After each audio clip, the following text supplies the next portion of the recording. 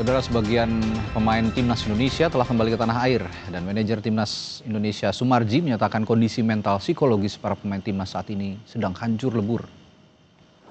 Sumarji meminta maaf atas hasil yang diraih timnas di putaran keempat kualifikasi Piala Dunia di Jeddah. Timnas gagal lolos Piala Dunia 2026. Semua pemain merasa kecewa. Sumarji menjelaskan PSSI dan pemerintah telah memberikan dukungan penuh untuk pemain maupun tim kepelatihan selama proses kualifikasi Piala Dunia, namun hasil yang diraih belum maksimal.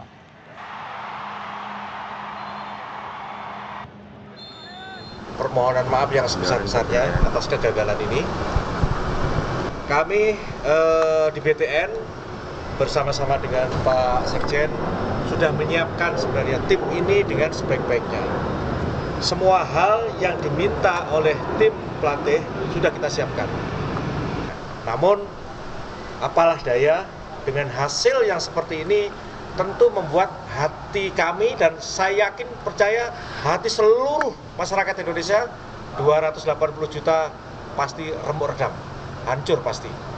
Kenapa? Karena mimpi kita sebenarnya di round 4 ini kita bisa lanjut paling tidak. Manajer Timnas Indonesia Sumarji juga menyatakan nasib pelatih Patrick Kluivert akan diputuskan oleh rapat Exco PSSI. Sumarji bilang tidak akan menutup-nutupi soal Kluivert. Sumarji juga berharap Exco bisa bersikap tegas. Soal Patrick Kluivert, saya kira nanti akan diputuskan dalam rapat Exco. Tapi ya, sekali lagi, saya akan sampaikan apa adanya di rapat Exco. Saya tidak akan tutup-tutupi mana yang baik, mana yang tidak baik. Semua akan saya sampaikan apa adanya.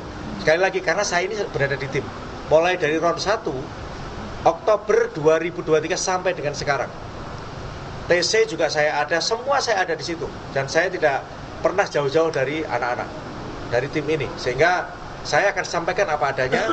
Ya, semua nanti kembali kepada teman-teman Exco. Kali ini saya minta tolong teman-teman Exco harus berani ambil sikap yang tegas. Hancur lebur, itu kata yang digunakan manajer timnas Sumarji untuk menggambarkan situasi timnas usai gagal di Piala Dunia. Lalu apa yang harus dilakukan untuk membuat timnas bangkit lagi? Karena beberapa saat ke depan kita akan menghadapi Piala Asia di tahun 2027. Dan bagaimana juga nasib pelatih Patrick Kluivert?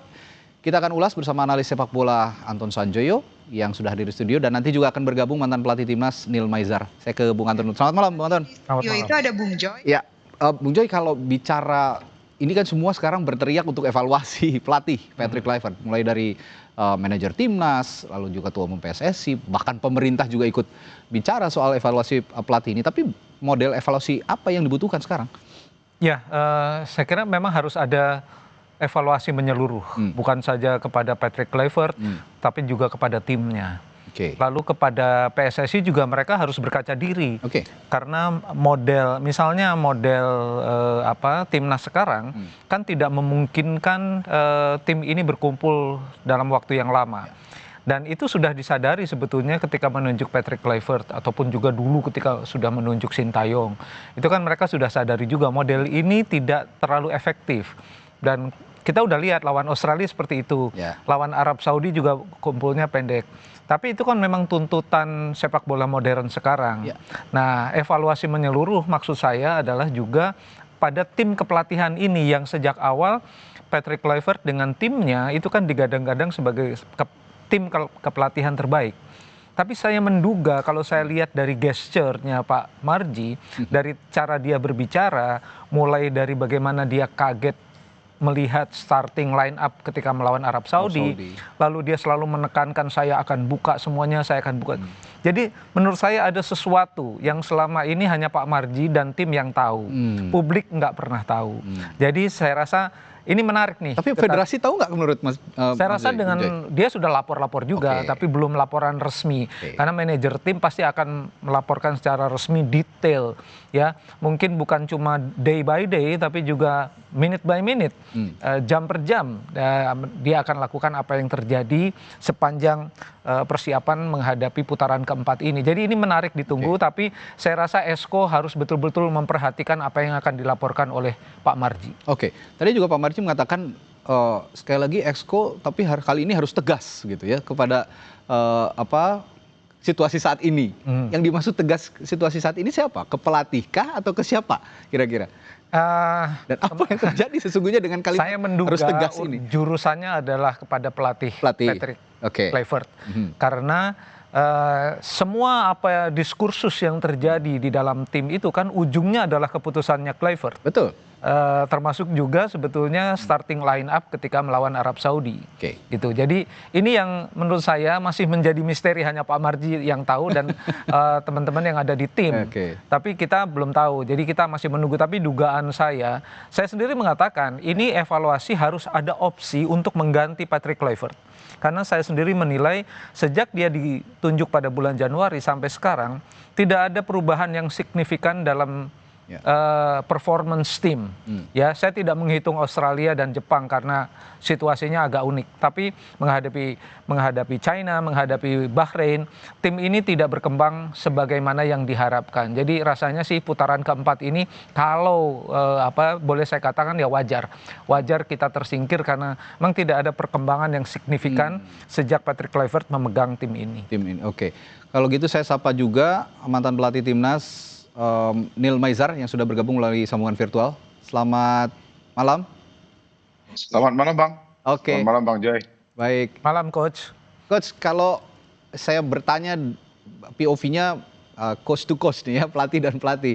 Sebagai pelatih dengan kondisi seperti ini, tadi Pak Marji mengatakan kondisi pemain sedang hancur lebur di saat kita juga akan menghadapi kita harus lupakan Piala Dunia, tapi kan kita harus one step ahead gitu ya, bahwa nanti di tahun 2007 di awal tahun 2026 maksud saya ini akan ada Piala Asia. Nah, apa yang harus dilakukan federasi, dan saya tidak tahu ya apakah pelatihnya masih coach Patrick Kluivert atau tidak, tapi apa yang harus dilakukan pelatih juga kira-kira untuk membangun semangat tim? Ya, yang pertama pelatih ini kan harus mempertanggungjawabkan apa yang harus dia kerjakan. Ya. Artinya Patrick Kluivert mengambil jabatan ini take over dari Sintayong. Dan dia harus memberikan laporan pertanggungjawaban dia selama dia bekerja di PSSI. Artinya itu dimulai di pertandingan dia melawan Australia. Sampai pertandingan kemarin melawan Irak. Nah, dia harus melaporkan sejarah detailnya bagaimana perkembangan tim dari pertandingan pertama sampai pertandingan lawan Irak. Dan juga tentu dia mempertanggungjawabkan kenapa ini terjadi. Kan pertanyaan sekarang kan target yang dibebankan oleh PSSI ini secara langsung kan dia harus lolos Piala Dunia. Nah, kita harus tahu juga kontrak Patrick Kluivert ini apa yang dituntut PSSI. Emang harus lolos Piala Dunia di tahun 2026 atau Piala Dunia tahun 2030. Kan informasinya kan dia akan perpanjang di kontrak sampai tahun 2027.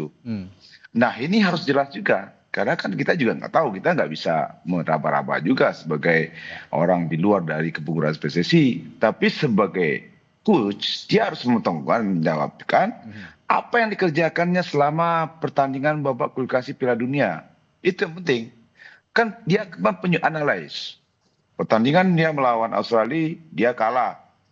Alasannya B, kenapa. Setelah itu dia menang lawan Bahrain. Analisisnya A, B, C. Dan melawan Cina. Begitu juga melawan Irak. Itulah sistem cara bekerja seorang pelatih. Dan ini harus bertanggungjawabkan. Berdasarkan itu nanti, baru PSSI nanti menanyakan dan bertanggung jawab. Itu kan seluruhnya Esko yang memutuskan itu. Gitu, Bang. Nah, bicara soal Esko tadi, saya setelah jeda nanti akan juga tanyakan ke Coach Neil Maizar. Seperti apa sih sebenarnya proses penentuan nasib pelatih di timnas di Esko PSSI itu? Mungkin juga nanti Coach Neil Maizar bisa berbagi pengalamannya ketika masih menangani timnas dan menghadapi Esko. Saya akan tanyakan hal itu sesaat lagi di Sapa Indonesia Malam. Tetaplah bersama kami.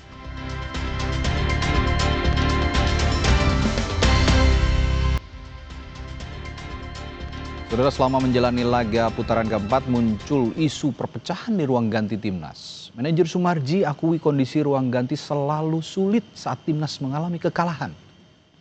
Cara soal ruang ganti sebenarnya begini ya. Ruang ganti itu setiap kita mengalami kekalahan itu pasti ada situasi yang sulit. Ya, sekali lagi, setiap kita mengalami kekalahan itu pasti ada situasi yang sulit. Nah, memang kemarin itu seperti yang disampaikan oleh Justin, ada sedikit persoalan. Tetapi menurut saya, apa yang disampaikan Justin ada benarnya dan juga ada tidak benarnya. Benarnya dia merasa bahwa jiwa nasionalnya dia, patriotnya dia terpanggil. Kenapa kita kalah dengan Saudi? Itu yang pertama. Terus yang kedua, dari salahnya, kenapa itu harus disampaikan ke publik? Mestinya harusnya sampaikan itu di internal. Dan saya sudah bicara sama Justin juga sudah mengunggah permintaan maaf itu. Ya, kita lanjutkan perbincangan. Tadi saya bertanya kepada Coach Neil Maizar, Coach, kalau situasi evaluasi pelatih gitu ya oleh Exco PSSI, mungkin Coach punya pengalaman atau punya cerita soal bagaimana sih sebenarnya proses evaluasi pelatih oleh Exco PSSI ini, Coach?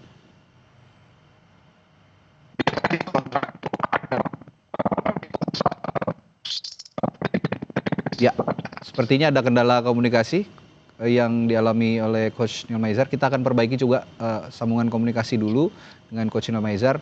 Tapi sambil menunggu saya tanyakan juga ke Bung Joy kalau gitu. Sebenarnya Bung Joy tahu nggak sih bagaimana proses evaluasi yang dilakukan Exco terhadap pelatih timnas itu? Mungkin sebelumnya sampai ada proses penggantian misalnya. Ya, mereka akan evaluasi secara panel. Patrick Kluivert menyampaikan laporannya, manajer menyampaikan laporannya, lalu kemudian juga para panel Exco ini pasti akan menyampaikan pandangan-pandangannya.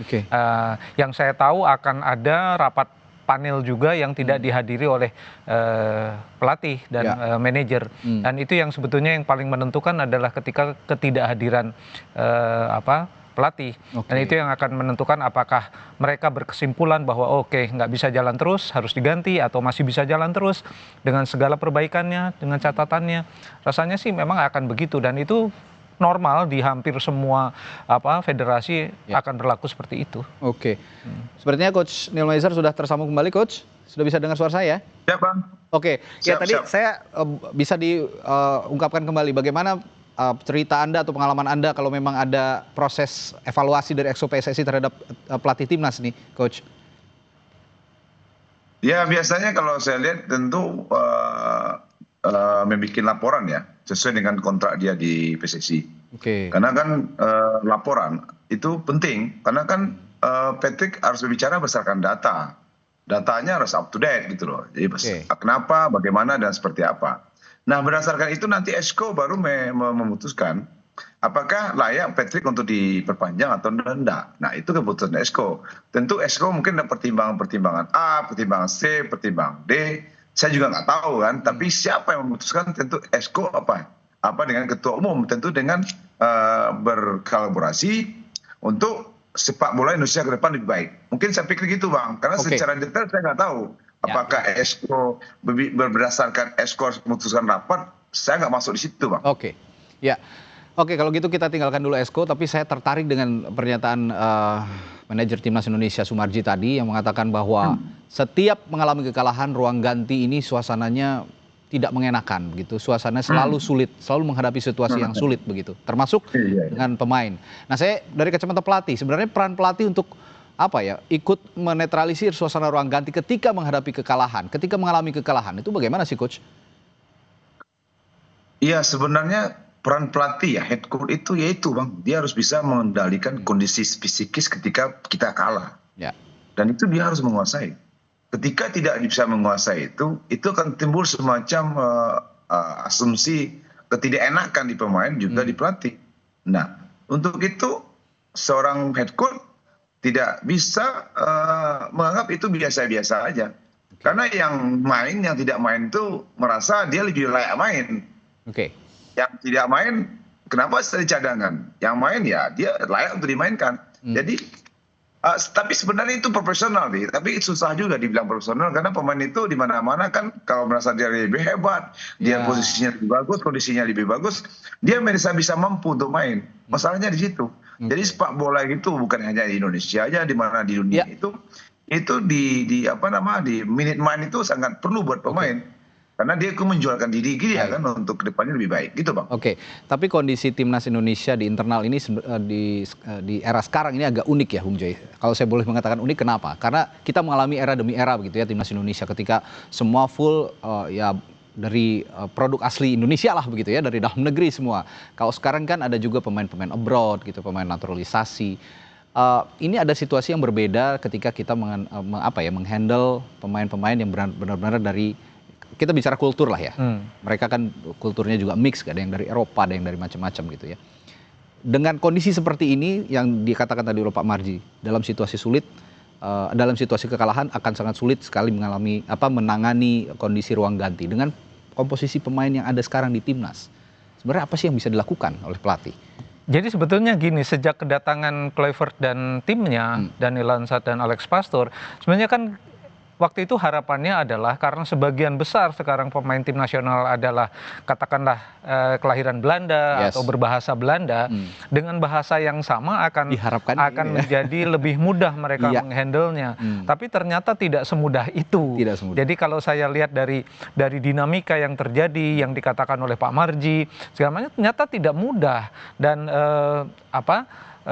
kita salah membayangkan, kalau saya bilang salah membayangkan, karena kan waktu itu bahasanya sama, ilmunya sama, harusnya sih dengan Jai Isdes dan kawan-kawan tim ini langsung klop. Ternyata tidak semudah itu, dan tidak semudah itu pula kita menganggap bahwa antara Kluivert dengan Alex Pastoor dengan Daniel Lansat itu akan terjadi kerjasama yang sedemikian apiknya. Ternyata kalau saya lihat ya, saya baca dari gesturnya Pak Marji, kata-katanya itu tidak terjadi, sehingga memang kalau kita bicara kulturnya sebetulnya sudah sama antara tim pelatih dengan para pemain. Tapi ya itu ternyata di sepak bola dinamikanya itu tidak semudah yang kita kira. Tapi begini Bung Joy, tanpa bermaksud membandingkan kapasitas kepelatihan lah ya. Setiap pelatih punya touch-nya sendiri-sendiri, punya sentuhannya sendiri-sendiri. Tapi dalam hal ini menangani mental pemain misalnya. Di era Sintayong, apakah juga punya situasi yang sama seperti ini, atau menurut Anda ada perbedaan sebenarnya? Kalau kita baca dari apa yang terjadi sebelum Sintayong dipecat, itu kan memang terjadi juga gesekan antara sejumlah pemain, bahkan Pak Marji juga, bukan Pak Marji waktu itu, Pak Zainuddin Amali mengakui ada perpecahan di antara tim, bahkan ada pemberontakan dalam tanda kutip.